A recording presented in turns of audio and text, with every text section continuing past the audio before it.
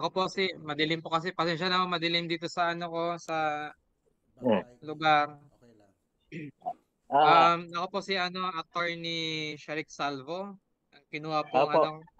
legal counsel ng pamilya ni Ma'am Lorelisa Eiffel.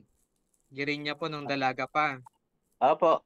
Ngayon po magkakaroon po tayo ng maikling interview. Casual lang po ito, tatay, na gusto ko lang pong malaman yung mga naka nakapaloob na mga alam nyo po tungkol doon sa lupa na naibenta nyo po kay Ma'am Lorelisa noong 1990, ba?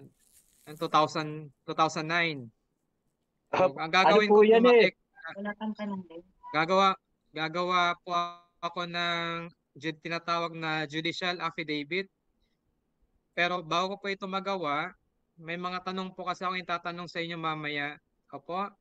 Opo. Um, sasagutin nyo lang po yung mga tanong ko. Pwede nyo pong i-expound. Pero dapat po alam nyo po na once na mag-execute po tayo ng judicial affidavit, pwede po kayong makasuhan ng criminal case kung sakali pong yung testimonya nyo po ay hindi totoo. Napatunayan po na ito ay false testimony kasi ipipresent po natin to sa court. Opo, tatay. Opo. Ma Magiging parte po ito ng ebidensya kung sakali pong magpa-file tayo ng case doon sa mga tao na naka naka-occupy po ngayon doon sa lupa na ibinenta nyo sa pamilya ni Ma'am Lorelisa Eiffel. Opo. So, siguro po pwede na nating simulan. Opo. Ang una ko pong Opo. tatanong ay pakisabi po ng inyong pangalan, edad at Ah, saan po kayo nakatira sa ngayon. ah, ako si Jose Perlado na may sapat na gulang na nakatira dito sa Tagaytay City. Ilang taon na kayo? Edad ko po Ilang taon ay na po kayo, tay? 77. Ah, Okay, 77. 7. Opo. Ano po paano po kayo naging related dito sa pamilya ni Ma'am Lorelisa? Paano po sila nakilala?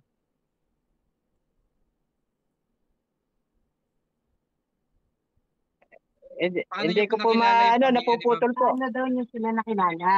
Ay, nakilala ko po yan dahil po Nahinaan niyo lang ang boses niyo. naging asawa po yan ni Josephine.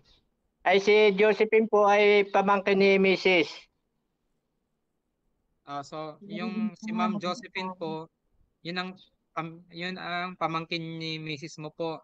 And then, Opo. si Ma'am Josephine ay nakapangasawa ng kapatid ni Ma'am Lorelisa, Ah, Opo, si Larry. si Larry. Okay. Ah, Okay. And then pupunta po tayo dun sa pinaka ano po, kasi yung pinaka issue dito ay yung lupa po na ibinenta nyo. Kailan nyo po ito mm, kailan po ito naging ano nyo po kail, kailan po ibinenta to sa inyo at sino po ang nagbenta sa inyo nito?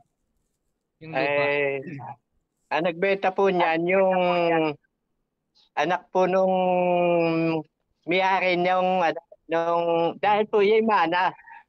Pangalan ng Ang mana kay ano ba? pangalan. Ano ba pangalan nito si De Guzman. Hindi ko kilala. Nalilimutan ko tuloy. Raquel. Ah, Si Raquel po si ba? ano? Raquel Arcilla. Raquel. Ay, Raquel, opo. Raquel Okay. Arcelia, yung ama po noon ay kapatid po noong may-ari ng lupa noon. Ayun ay ibinigay po sa kay Raquel dahil yun ang mana, dahil nagsusulong anak. Ngayon po, ibinenta po sa amin at nangailangan ng pera. May kasulatan po kami na kung sa hindi po ng attorney, kung sa isulat kamay lang po. Okay po. So Ma'am Raquel Arcilla po ang mismong nagbenta po sa inyo ng lupa? Opo, ay matagal na po yun. May 30 taon na. Ngayon po, ay, Wala pa Mga siya. anong taon po yung binenta sa inyo po? ah, Naalala niyo pa po ba kung anong taon na ibenta to sa inyo? hindi na po, attorney, dahil tagal na hindi ko na makakalain na aabot sa ganang dahil noon yun na nasa amin po, ibinigay ko yon kung sa pinatrabaho ko sa ama ni Josephine. Ngayon po, So ay yung noong tatay ni Josephine, anong pangalan po ng tatay ni Josephine? Adilano Consulta, patay na po Adilano. yun. Opo. Ngayon po, nung nagustuhan ng ina ni Larry na kung saan ibenta ko raw sa kanila, ay di ibinenta ko naman dahil hindi nga ho naasikaso namin na dito kami sa Tagaytay. Opo, doon muna po tayo sa pagkabenta ng lupa. Si mismo po bang si Ma'am Raquel Arcilla ang nakausap po ninyo ng time na yon na nagbenta sa inyo ng lupa? Ay nakausap po. Saan Ay po nangyari yung kilala bentahan po po ng lupa? sa ano po yan, sa Paco. Kilala po yan ni Josephine dahil nung kami nagpunta roon, kasama namin si Josephine. So, nung binenta po yung lupa sa inyo si Ma'am Raquel Arcilla at yung asawa mo po at kayo, nagkita po kayo sa Paco, Maynila. Doon po nagbayaran. Opo. Opo, ang Pero hindi ko po wala nakita pong, hindi mo ko po po nakita yung asawa niya. Yung asawa niya hindi ko po ah, kilala. si Ma'am Raquel lang. Raquel Arcilla lang. Opo, Ang siya po. saan po kayo nagtagpo nun? Nung time na yun? Sa kanila po, sa Paco, doon kami nagbayaran. Sa bahay po nila, sa bahay. Opo, Paco, sa bahay. residence po nila. Opo, Residence ni Ma'am Raquel. Raquel. Opo. Tapos ang binigay Kasama nga niyo po po ay namin yung si Josephine. Ha? okay. Kasama si Josephine. Sinay Josephine, Opo. kasama niyo po sa Paco. With, Opo. Attorney. okay po. Attorney. And then, opo, Yan po, nung nakinalari na, ang pinagtatrabaho rin niya na si Kuya Dilano na kung ang sabi pa nga ni Manoy Dilano, asikasuhin nila yan at bisa na nila, total kanila na. Ay ang sabi raw po Opo. ay doon tuwing muna po tayo sa ano. Wait lang po na tayo. Sasagot. Doon po muna tayo sa Oo. bayaran May po mga ninyo tanong sa lang ang bahay sasagutin. nila. Sa bahay po nila sa Yep. Paco, Maynila. Opo, Magkano po doon yung po benta kami sa inyo nagbayad. ng lupa? Magkano po? Kung maalala niyo pa po. Para nasa 50 po. 50,000 or 50 pesos? Nasa 50. Opo. 50,000 Maliit po? lang po naman Opo, dahil mahalaga pa naman ang pera noon eh. Opo. Okay, pero hindi niyo po maalala kung anong araw, anong taon po nangyari yung bayaran na yon? Hindi na po. Mga anong taon po? Ang kasi nakalagay po Kung dito hindi niyo sa raw ano niyo, sa natatandaan dito kung kailan kayo page. nagbayaran po, anong Opo. taon. Hindi ko na po matanda kung anong taon. Okay po, Basta sige po. Pero that time po na nagbayaran kayo, pinaliwanag po, tinuro ni Ma'am Raquel o may pinakita po siyang dokumento na nagpapatunay na siya ay may-ari ng lupa na ibinenta po sa inyo. Meron pong kasulatan, yung sulat na kumamanan nila. Katunayan na pinakita sa inyo. Ipinakita po. Na ibinigay po sa akin yon.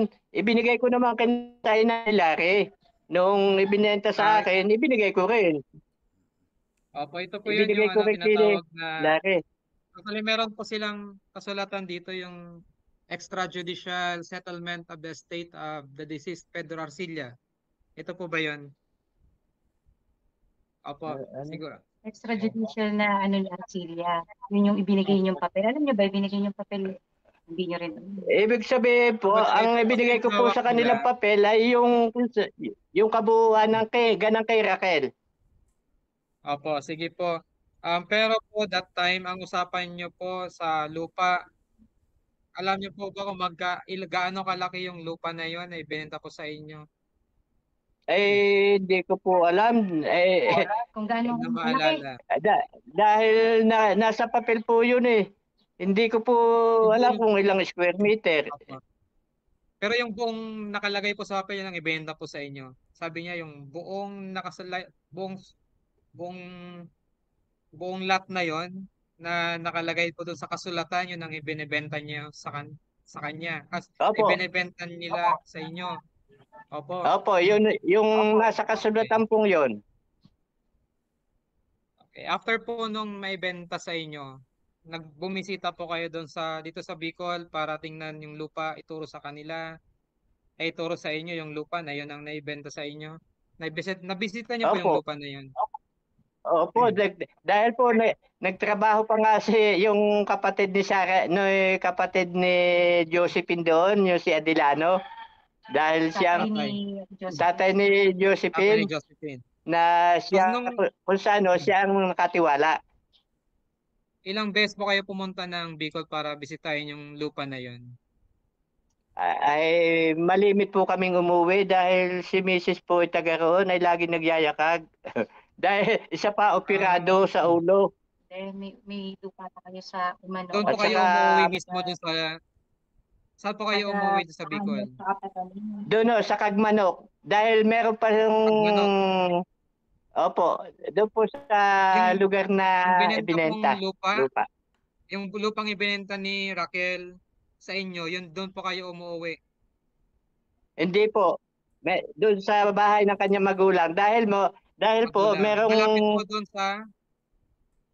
Malapit po doon sa lupa na ibenta sa inyo. Opo, Ni dinadaanan po namin. Opo. Ah, Dinadaanan po namin yung bago dumating ng bahay nila. tapos ang nag-aalaga po ng lupa na yon si Sir Adilano, konsulta yung tatay ni Josephine, ng ilang taon na po. Kung may maalala niyo pa po. Ay matagal po. Mula nang nabili namin siya na ng siwa. Dahil hindi na nga Meron ho po kami kayong- nakakauwi malimit ng Bicol.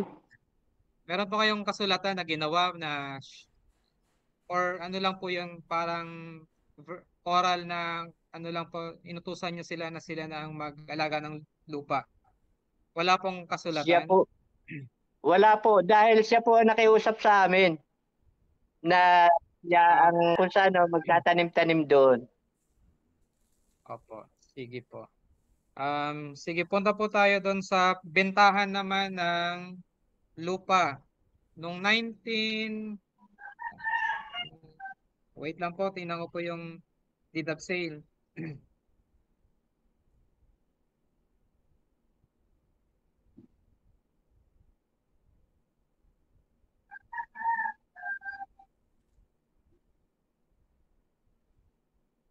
Wait lang po.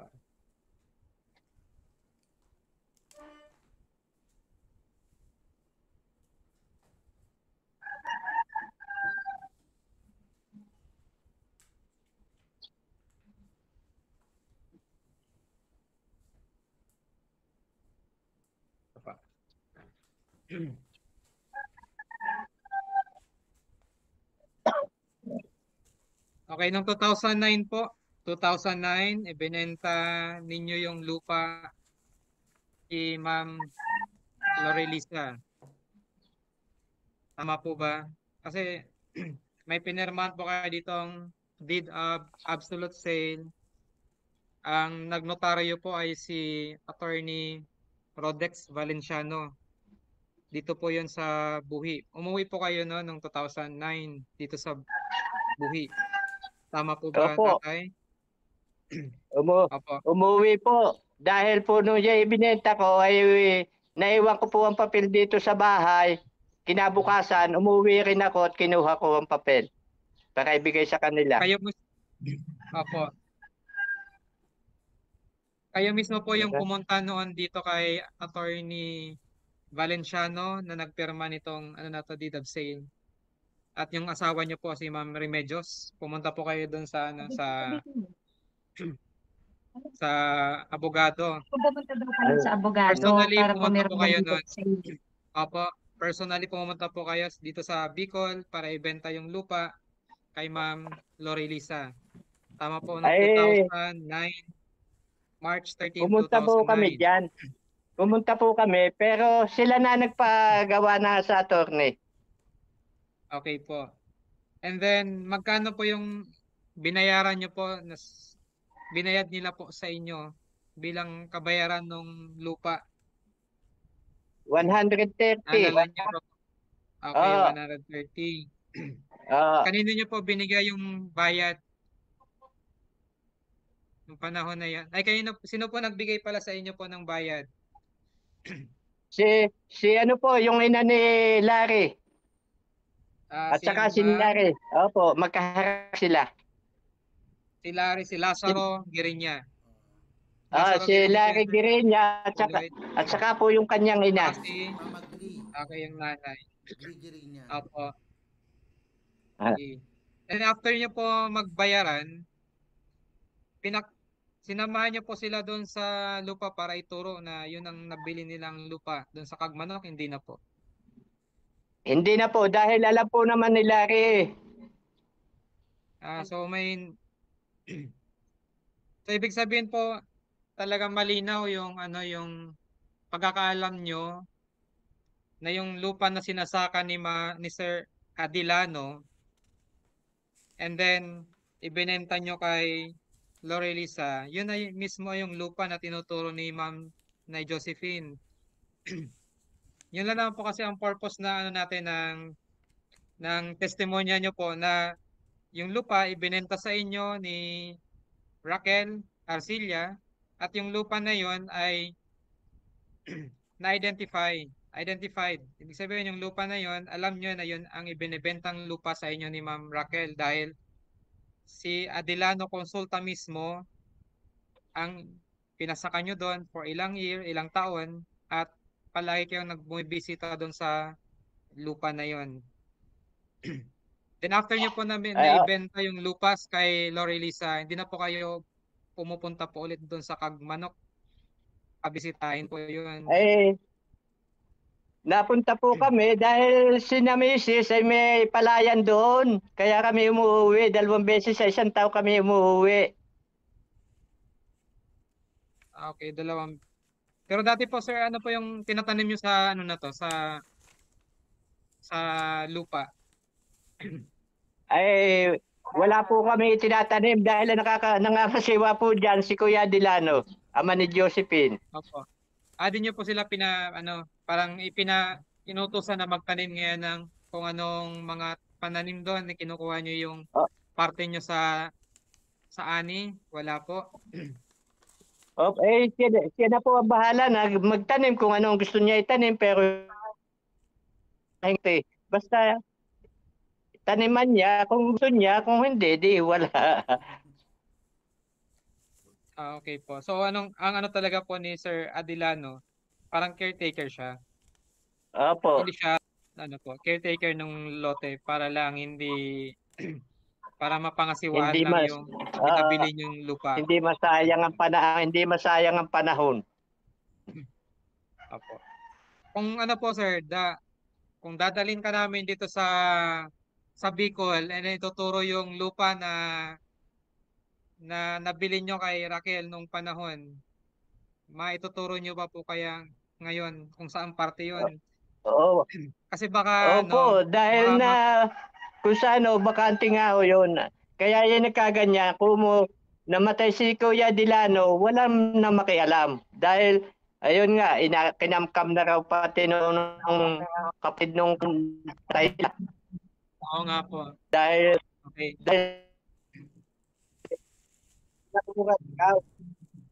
at yun ay matagal nang sinabi nga ni Kuya Dilano na asikasuhin na na Larry, yung kapatid niya, total kanila naman,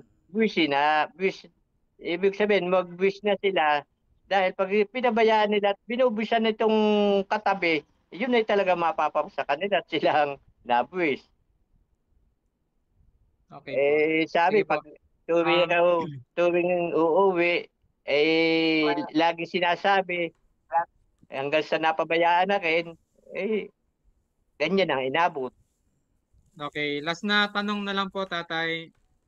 Dito po kayo sa deed of absolute sale na pinirma nyo po na ibinibenta nyo na yung lupa kay Ma'am Lorilisa. Meron po nakalagay dito na yung right nyo doon sa property, na-acquire nyo o nabili nyo yung property na yon na pagmamayari ni Raquel Arcilla sa pamamagitan ng deed of absolute sale na pinag-execute nyo noong 1993. Di lang po kasi nakalagay dito kung sino yung notary public na yon na naka-record ito sa notarial register ng notary public bilang document number 28, page number 7, book number 24, series of 1993.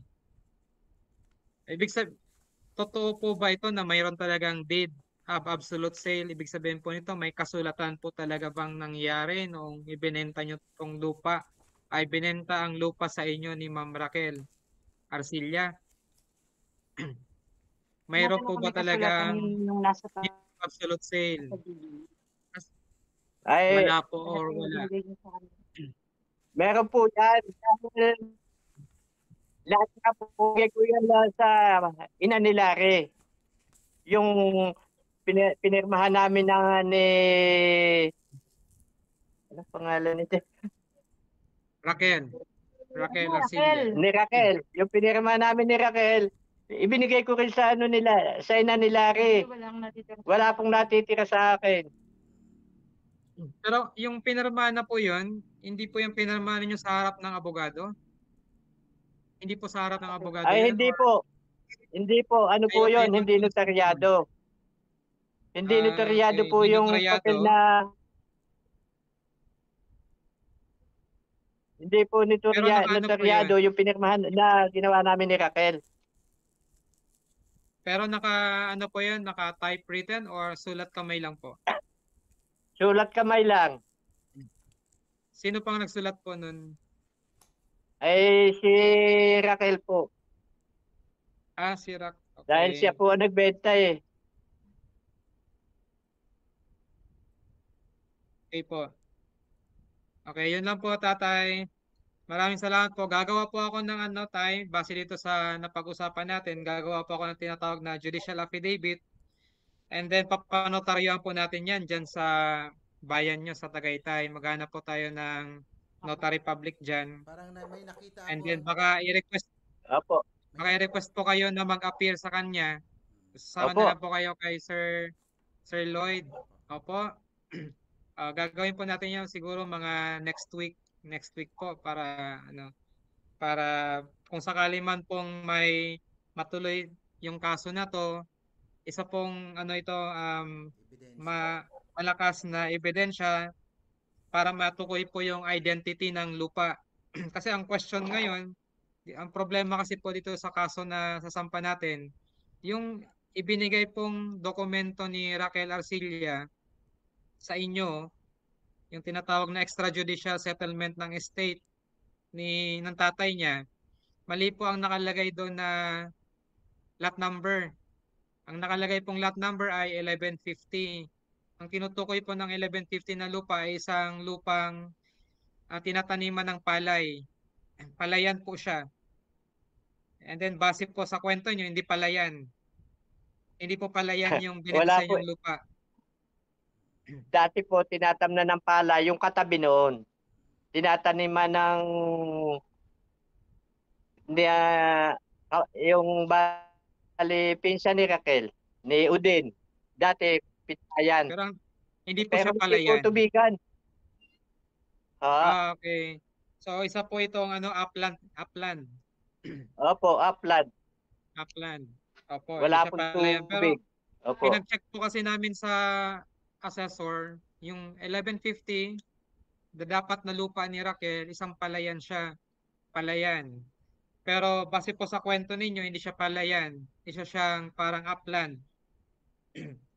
Upland Kaya po yung yun na problema kami tinataniman ng... opo. So yung nyo po testimonya ay magiging suporta para patunayan na hindi pala yan yung ibinentang lupa sa inyo kundi upland at yung identity ng lupa. Yung lupa na yun, yun ang sinasaka ni Perlado ay ni Adelano. ni ano Adilano. tatay ni Josephine Adilano Consulta Opo. na matagal Opo. na siyang yun ang yung lupa na sinasaka ni Sir Adilano for the past 1993 kasi naibenta po sa inyo. So meron ng 31 years. Pero kung nung namatay siya 2020, More than 20 years. so mga 27 years nang sinasaka ito ni Adilano. Opo. And then isa pa pong papatunayan natin base sa inyong testimonya na walang nangyaring deed of absolute sale mula sa pagitan po ninyo at ni Ma'am Raquel. Pero may nangyari pong bintahan ng lupa at may nangyaring bayaran. Opo. Yun lang naman po ang mahalaga sa testimonya po ninyo. Okay. Opo. So maraming salamat po Tatay Jose. Salamat po sa time ninyo at salamat po sa pag-cooperate na ipaglaban yung rights ni Ma'am Lorilisa, pamilya niya na makuha itong lupa na tumula doon sa pamilyang Arcilla na sa ngayon sila nang nag-occupy ng ng lote. Oo nga po, yun po ang sabi ni Josephine, binakura na. Apo, may bakod na po. So baka sakali pong maisampa namin yung kaso ngayong July. And then baka magsimula po yung mga hearing niya ng August. And then onwards. So more or less, aabutin po yan ng 1 taon. At baka sakali po na, kasi may right po ang kalaban natin na partido na mag-cross-examine. Yung tawag na cross-examination. Base po sa inyong affidavit, pwede nilang i-question po yung ilang mga salaysay na sinabi niyo po dito para patunayan na mali yung salaysay niyo. Kung meron silang duda sa mga salaysay niyo, pwede po kayong i-cross-examine dito. So maaari po kayong ipatawag ng korte sa mga pagdinig. At kung mangyayari man po yun, kailangan may present namin kayo sa court. Dito po yan sa Buhi. Siguro bahala na sila Ma'am Lorilisa, si Sir Lloyd, paano mag-arrange ng transportation ninyo. So, sakali lang naman po yun. Kung meron po silang mga facts na i-deny or i-question base po doon sa pinalaysay nyo po ngayong hapon. Opo. Pero kung Opo. hindi po sila mag-object, di na po kayo kailangan patawag niyan.